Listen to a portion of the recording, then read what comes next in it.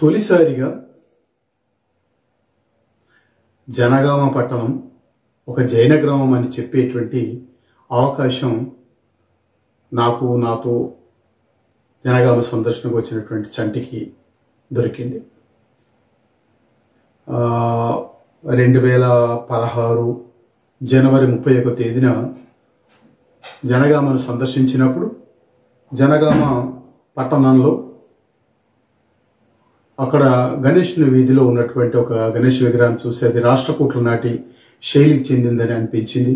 అట్లే గ్రామంలో బొడ్రాయి దగ్గర ఉన్నటువంటి దేవాలయంలో సూర్యుని విగ్రహం, ఇంకా ఇతర విగ్రహాలు ఉన్నాయి. అవన్నీ కూడా రంగు పోయడంతో గుర్తించరానంత దట్టంగా పుతలతో ఉన్నాయి. అయితే అక్కడ ఉన్నటువంటి అంకాలమ్మ గుడి లేదా మహంకాళి గుడి ఆవరణలో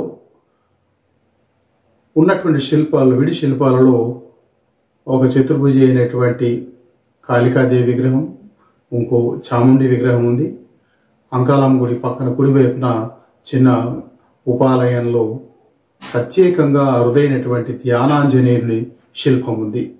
అంకాలమ్మ గుడి ముందర ఉన్నటువంటి ఒక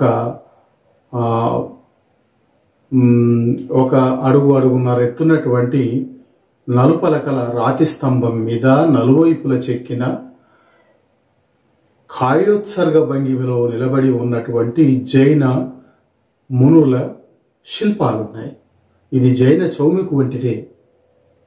ఇది జనగామలో లభించడం వల్ల జనగామ ఒకప్పుడు జైన బసులతో ఉండేదని చెప్పి అక్కడ జైనులు ఉండేవారని, జైనులు ఉండడం చేతనే జైన గ్రామం జనగామగా పిలువబడ్డదని చెప్పడానికి ఒక ఆధారం లభించింది.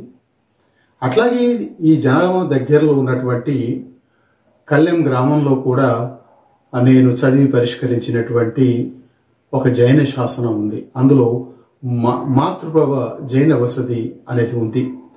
చాలా సమీపంలో ఉండేటువంటి ఈ గ్రామం వల్ల కూడా ఈ పరిసరాల్లో జైనం విస్తరించింది, జైనం ధర్మం బాగా వ్యాపించి ఉన్నదని, అంతే కాకుండా దగ్గరలో కొరణపాక, సిద్ధంకి వంటి జైన బసదులు ఉన్న తావులు ఉన్నాయి కనుక ఈ ప్రాంతం అంతా జైనంతో ఉండేది. అందువల్లనే